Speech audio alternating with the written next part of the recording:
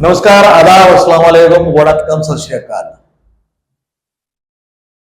Just look मध्ये आपलं सहर्ष स्वागत आहे. मी सुफी सय्यद. आपण पाहत आहात जस्ट लुक न्यूज.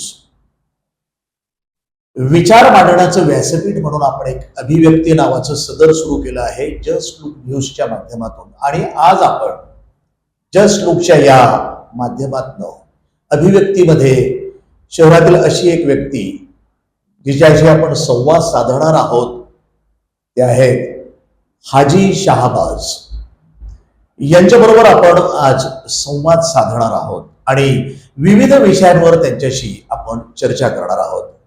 अस्सलाम वालेकुम, आदाब. वालेकुम. आपलं या जस्ट लुक न्यूजच्या या सदरामध्ये आपलं मनपूर्वक स्वागत आहे.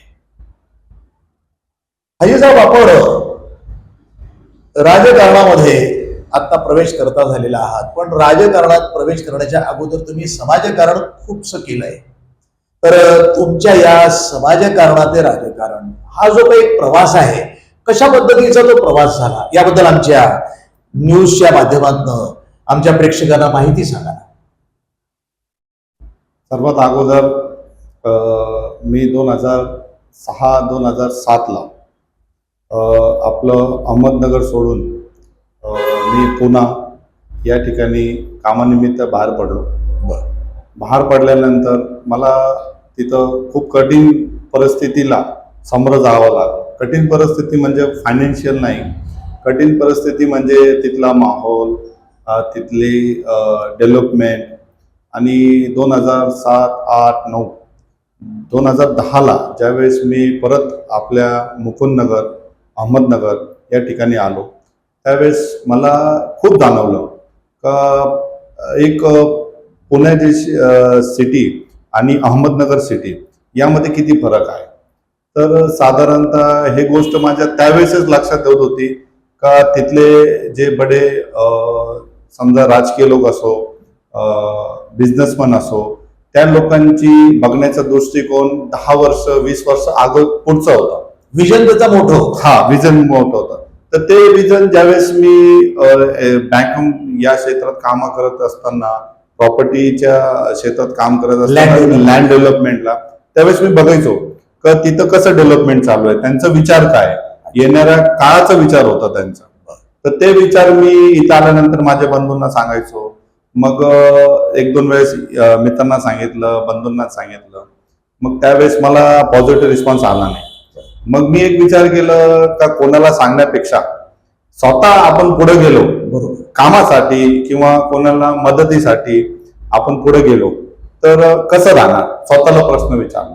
मग एका दिवशी मी सकाळी उठलो. मला क्रिकेटचा आणि पतंग हे 2 छंद लहानपणापासून आहेत. क्रिकेटला ज्यावेळेस आम्ही फजरला नमाज व्हायची, मी आपला अहमदनगर किल्ला तिथं ग्राउंडला जायचो क्रिकेट खेळायला. आमच्या इथं मेहराज मस्जिदचा ग्राउंड होतं, तिथं आम्ही क्रिकेट खेळायचो. तर मी 2010-2011 त्यावेळेस तिथं गेल्यानंतर मी लोकांशी संपर्कात आलो. आता लोकांच्या याच्यात येण्याचं कारण काय का मला ते माइंडमध्ये होतं का पुणा, मुंबई किंवा बाकीचे जे सिटीज आहे ते बघून आपलं मुकुंदनगर अहमदनगर कसं चाललं. मी लोकांना मदत करण्यासाठी बाहेर निघालो. म्हणजे हे तुमचं समाजकारणाची सुरुवात ज्याला म्हणतात अशा पद्धतीनं झाली. या समाजकारणाच्या माध्यमातून तुम्ही काम केलं, तर अशी ठळक कुठली कामं होती की जी तुम्ही त्याच्यामध्ये केली? तेच जसं मी बाहेर निघालो तर मित्रांना भेटलो, तर त्यावेळेस मी बघितलं का मुस्लिम समाज, अल्पसंख्याक समाज, त्यामध्ये आपल्याला प्रॉब्लेम्स काय येतात डेव्हलपमेंटसाठी, म्हणजे बिझनेससाठी असो किंवा शिक्षणासाठी असो, का काय काय प्रॉब्लेम्स होतात. तर त्या प्रॉब्लेमला मी एक वही आणि पुस्तक घेतली. ते मी वहीवर लिहून घेतले का आपल्या क्षेत्रामध्ये आपल्याला समाजाला काय काय प्रॉब्लेम्स येतात. तर त्या प्रॉब्लेम्सला आम्ही समोर गेलो. लहान मुलांचा हॉस्पिटलचा प्रॉब्लेम असो, एज्युकेशनचा प्रॉब्लेम असो, स्पोर्ट्स म्हणजे खेळणी प्रकारांचा हे असो. साधारणतः आता न्यूज पण आलेली आहे, सोशल मीडिया पण आलेलं आहे की गाडे जी आपली शाळा आहे, यशवंत गाडे शाळा, तिथं आपण एक 10 मुलं दत्तक घेतलेले आहे या वर्षासाठी. तसंच आपण आता साधारणतः माझ्या याच्यात 130 मुलं आहे ज्यांच्या एज्युकेशनचा पूर्ण खर्च मी करतो. छान. साधारणतः म्हणजे कसं, त्यांना जे पेन लागतंय किंवा पेन्सिल लागतेय, जे मी माझ्या मुलाला घेतोय तेच पेन्सिल मी त्यांना मुलांना घेतलेलं आहे. तर त्यांच्या कार्यकाळामध्ये समजा 2025 ते 2026 मध्ये त्यांना जे खर्च येणार आहे एज्युकेशन शैक्षणिक वर्षाचा, ते पूर्ण खर्च मी करतो. अच्छा. तर साधारणतः 130 मुलं तसं आहे. आणि त्याचबरोबर जे आमच्या इथं महिला आहे ज्यांचं वय 50+ आहे आणि त्यांना कोणीच नाहीये, त्यांना त्यांचे हस्बंड नाहीये किंवा त्यांची मुलं सांभाळत नाहीये, तर त्यांना जे छोटे मोठे आजार असतात, त्यांचा मेडिकलचा खर्च असो, त्यांच्या हॉस्पिटलचा खर्च असो आणि त्यांचा किराणा असो महिन्याला, असे साधारणतः 68 महिला असे आहे, त्यांचा पूर्ण खर्च मी स्वतः करतो. आता मी स्वतः म्हणजे मला जरिया म्हणून एक आमच्या धर्मामध्ये एक शब्द आहे जरिया. तर जरिया म्हणून भगवाननी किंवा अल्लाह तालांनी मला तिथं हे केलेलं आहे आणि मी ते खर्च करतो. म्हणजे अशा पद्धतीने तुम्ही लोकांच्या अडीअडचणींचं निराकरण करण्याचं सुद्धा या ठिकाणी तुम्ही वक्तव्य केलेलं आहे. नक्की नक्की. आणि ते माझ्या राजकीय क्षेत्रामध्ये एंट्री करण्याचं जे आग्रह आहे ते मला याच लोकांकडून भेटलेलं आहे. आणि तुम्हाला ते पाठबळ मिळालं, म्हणजे त्याच्यासाठी तुम्ही झटत होता. नक्की. लोकांनी तुम्हाला सांगितलं की तुम्ही इतकं चांगलं कार्य करता, तर तुम्ही राजकारणाच्या माध्यमातून येऊन अजूनही चांगलं कार्य करू शकता, म्हणून त्यांनी तुम्हाला उत्तेजन दिलं. त्यांनीच दिलं. तसंच नागरिकांमध्ये ज्यावेळेस कोणी खासदारकीचं इलेक्शन असो किंवा आमदारकीचं इलेक्शन असो, त्यावेळेस पण जे आता खासदार झालेले आहे त्यांना परिपूर्ण माहिती आहे की शहबाज हाजी साहेबांनी काय केलेलं आहे. आणि आमदारकी असो किंवा कोणतंही राजकीय इलेक्शन असो, त्यावेळेस सय्यद शहबाज हाजी साहेब हे किती अग्रेसिव्ह मोड मध्ये आणि किती सपोर्टिंग रोल मध्ये त्यांना माहित आहे. तर जनताने यावेळेस ते आग्रह करून ओबीसी कॅन्डिडेट जे 20-30 वर्ष झालेले आहे, माजी नगरसेवक असो किंवा जे लोक आहेत ते पण आमचेच लोक आहेत, त्यांनी एक काम न केल्यामुळे जनताचा आग्रह आहे की ही ब्रॅकेट ओपन आहे आणि इथं एक फेस पाहिजे. तर त्या फेस संदर्भात लोकांनी मला अप्रोच करून, आणि आमच्या याच्यात परत मी ते एक शब्द सांगतो, आमच्या याच्यात एक मशोरा म्हणून असतो, राय मशोरा. तसंच मी माझ्या मतदारसंघामध्ये वार्ड क्रमांक 4 मध्ये मोठे मोठे फॅमिली असो, उद्योजक असो किंवा जे राजकीय असो किंवा रेग्युलर याच्यात जे डिसिजन मेकर असतात, त्यांच्याशी मी ते मशोरा केली, चर्चा केली आणि त्यांनी मला हे ऑप्शन दिलं की तुझं इलेक्शन मध्ये येणं गरजेचं आहे आणि ओबीसी वर्गामध्ये तुला येणं गरजेचं आहे.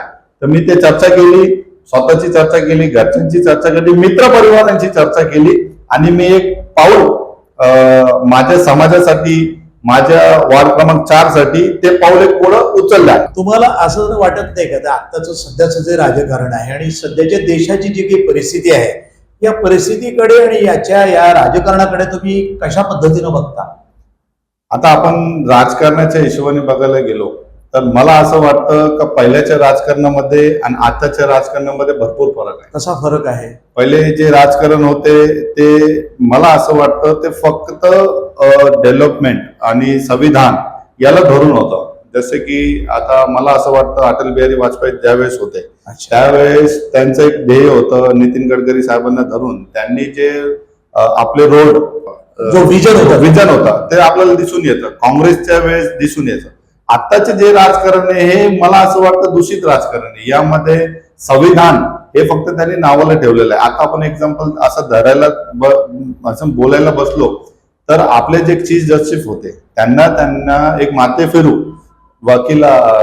वकिलाने बूट फेकून मारलं, त्याच्यावर आपल्या संविधानाच्या हिशोबाने काही कारवाई झालेली नाही.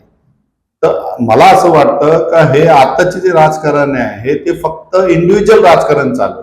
या राजकारणामध्ये देशाचं, नागरिकचं, आपलं म्हणजे यामध्ये ते विचारच करत नाहीये. ते फक्त ते स्वतःचा विचार करतात आपण कुठे सेफ होणार. तर आता हा जो राजकारणाचा भाग झाला, तुम्ही आता राजकारणामध्ये प्रवेश करता झाला आहात, एका MIM नावाच्या पक्षाच्या माध्यमातून आपण आता राजकारणामध्ये तुम्ही मार्गस्थ झालात. तर आता तुमचं पुढचं विजन कसं असेल, तुम्हाला काय करायचं काय आहे नेमकं? म्हणजे जर आता मी विषय घेतला, आपण मुकुंदनगर या उपनगरामध्ये राहतो, तर मुकुंदनगरच्या काही समस्या आहेत, तर तुम्हाला काय वाटतं की आपल्या या भागाच्या समस्या काय आहेत आणि कशा पद्धतीने आपण त्या सोडवल्यात तर ते निराकरण होऊ शकतं? तुमचं व्हिजन काय? आता विजन, आपलं डेव्हलपमेंट हे जे विजन आहे, विजनचा अर्थ काय असतं की डेव्हलपमेंटसाठी सध्या आता पाणी, रोड आणि उद्योग हे मेन मूलभूत गरजा असते माणसाची. बरोबर आहे. डेव्हलपमेंटमध्ये मला असं वाटतं एज्युकेशनकडे लक्ष द्यावं लागेल आजच्या कंडिशनला. आणि जसं तुम्ही आता माझ्या पक्षाबद्दल म्हटलो का, मी आता AIMIM मध्ये आम्ही प्रवेश करतो, तर त्याचा रिझन असा आहे का मुकुंदनगर हा आजच्या कंडिशनला राजकीय क्षेत्राच्या हिशोबाने 95% हे अल्पसंख्याक मुस्लिम समाजाचं इथं मतदान आहे. आता समजा आपण दुसऱ्या पक्षा संदर्भात कुठं बोललो, कुठं घरी गेलो, तर मला असं वाटतं जो चाचा आहे वही भतीजा आहे. अच्छा. तर त्यामुळे आपण त्यांना ना बोलता, म्हणजे जे तुतारी आता शरद पवार गट आहे आणि घड्याळ आहे ते एकच आहे, धनुष्यबाण असो ते पण एक. आता इथं मला असं वाटतं आज या परिस्थितीमध्ये जे डेव्हलपमेंटचं राजकारण न होता काही जातीय हे होण्यापेक्षा आपण तिथं गेलो फक्त आणि फक्त आपला मुस्लिम समाज आहे, आपल्या मुस्लिम समाजाचा पण हक्क आहे, अल्पसंख्याकांचा पण हक्क आहे आणि आपला एक स्वतःचा पक्ष, मला असं वाटतं आजच्या गरजेच्या हिशोबाने आज त्या पक्षाला जाणं मला गरजेचं होतं.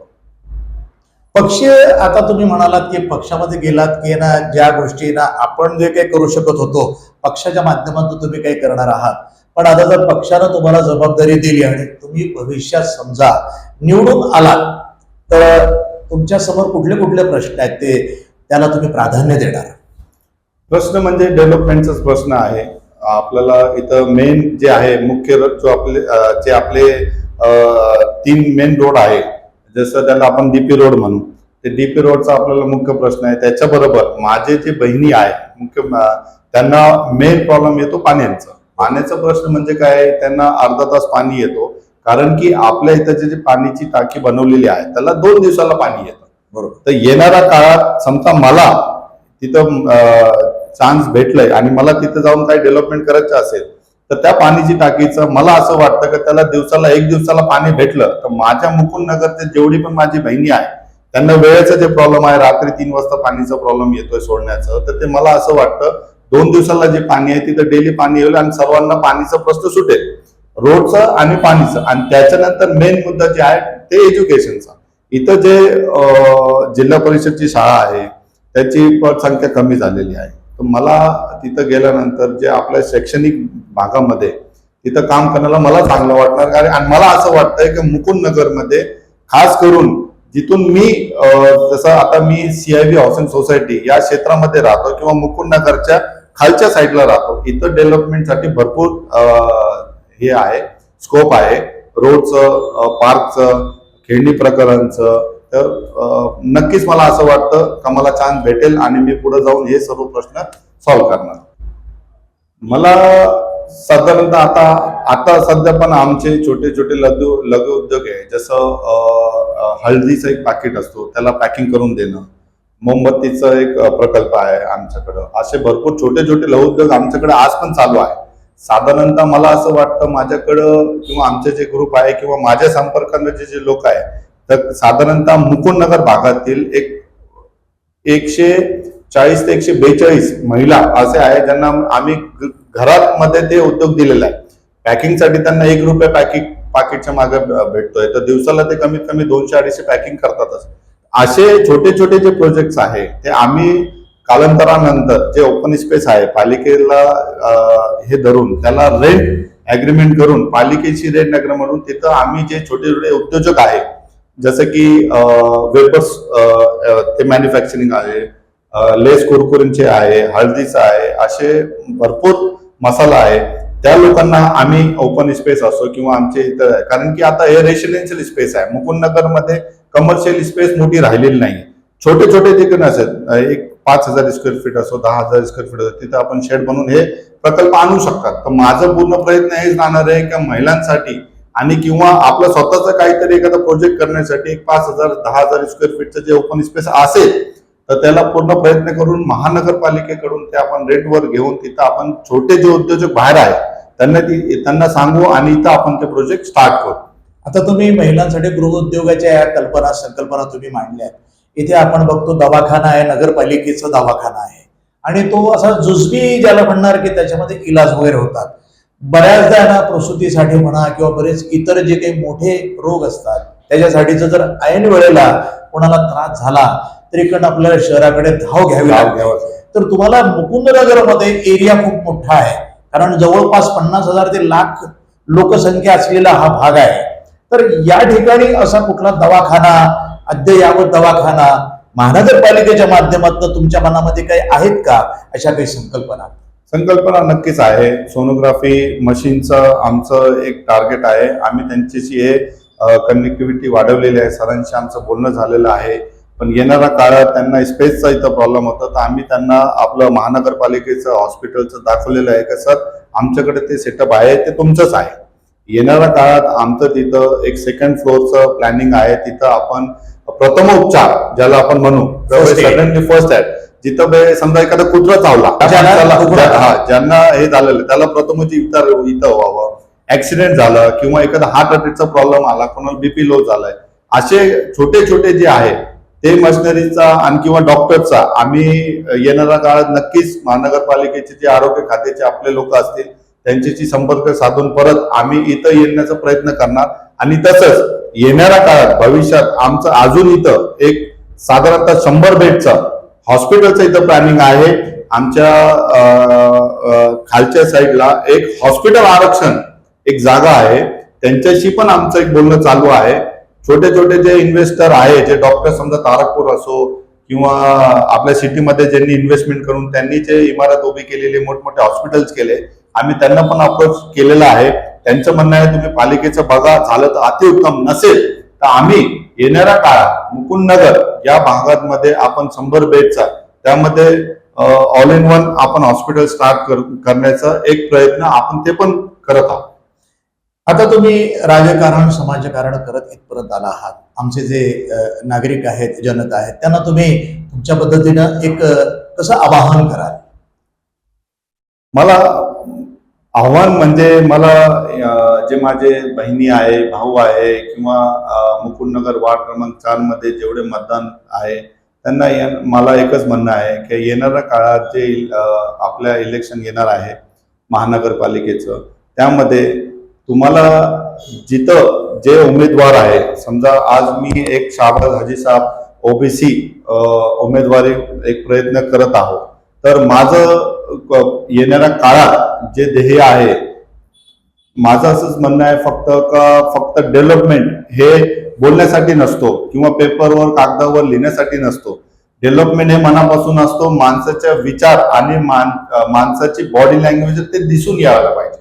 मला असं वाटतंय की येणाऱ्या काळात आपल्याला जे सुविधा पाहिजे ते सुविधा आपण नक्कीच पूर्ण करू. की बरिरा पार्क हे फक्त महिलांसाठी आपण जॉगिंग पार्क हे सुरू करण्यात आलेलं आहे मुकुंदनगर, फकीरवाडा, दर्गादेरा या प्रभागातील महिलांसाठी. तर असे माझे भरपूर प्रोजेक्ट्स आहे आणि येणाऱ्या काळात माझं सर्वांना आव्हान हे आहे की त्यांनी बाहेर निघावं, मतदान याचं पर्सेंटेज वाढावं. तर मला शेवटी जाता जाता माझे जे जनता आहे किंवा माझे बहीण भाऊ असो, मित्र परिवार असो, सर्वांना एकच हे आहे आणि तुमच्या याच्यातून मी सांगतो का माझा मी पाऊल पुढे केलेलं आहे हे फक्त तुमच्यासाठी, येणाऱ्या फ्युचर आणि येणाऱ्या जनरेशन साठी मी एक पाऊल पुढे केलेलं आहे. तर माझी पर्सनल रिक्वेस्ट आहे का या इलेक्शन मध्ये तुम्ही मला पूर्णपणे सपोर्ट करा आणि मला कुठेतरी पालिकेमधून जे आज मी इथं बसून बोलतोय, पालिकेमध्ये खुर्चीवर बसून आणि आयुक्त साहेब असो किंवा आमदार असो किंवा खासदार असो, महापौर असो किंवा मंत्रालयामध्ये कुठेतरी मला जाण्यासाठी जे मला पद लागते, माझं असं म्हणणं आहे की ते पद तुम्ही मला द्या, म्हणजे येणाऱ्या काळात हे परत हे विषय कधी येणार नाही. नक्कीच तुमची ही अपेक्षा ईश्वर पूर्ण करो हे आम्ही खात्री बाळगून आहोत आणि आम्ही तुमच्यासाठी प्रार्थना करणार. तर अशा पद्धतीने आपण या ठिकाणी पाहिलं की अभिव्यक्ती हे सदर आपण जस्ट लुक न्यूजच्या माध्यमातून सुरू केलं आहे आणि एक विचार मांडण्याचं व्यासपीठ म्हणजे आपल्या ज्या मनातल्या ज्या काही भावना त्यांना वाट करून त्यांनी दिलेली आहे. या ठिकाणी त्यांनी आतापर्यंत महिलांसाठी, भगिनींसाठी, तरुण वर्गांसाठी, विद्यार्थी जे असतील त्यांच्यासाठी आणि डेव्हलपमेंटच्या माध्यमातून पण त्यांनी या ठिकाणी यात चर्चा केलेली आहे. आणि ते येणाऱ्या या काळामध्ये ते MIMच्या माध्यमातून या ठिकाणी आपलं नशीबही आजमावणार आहेत. इलेक्शन येणार, होत राहणार, विजय होत राहणार, या सगळ्या गोष्टी चालणार, पण राजकारण आणि समाजकारण हे सतत चालू राहणार आहे. त्यांनी बोलता बोलता अटल बिहारी वाजपेयी यांच्या कार्यकालामध्ये असलेलं राजकारण, त्यांच्या कार्यकालामध्ये होणारे राजकारण आणि आत्ताचं राजकारण याला सुद्धा त्यांनी हात घातलेला आहे. आणि त्या काळामध्ये संविधानावर चालणारं राजकारण होतं आणि सद्यस्थितीचं राजकारण पाहिलं तर गढूळ राजकारण आहे असंही त्यांनी या ठिकाणी म्हटलेलं आहे.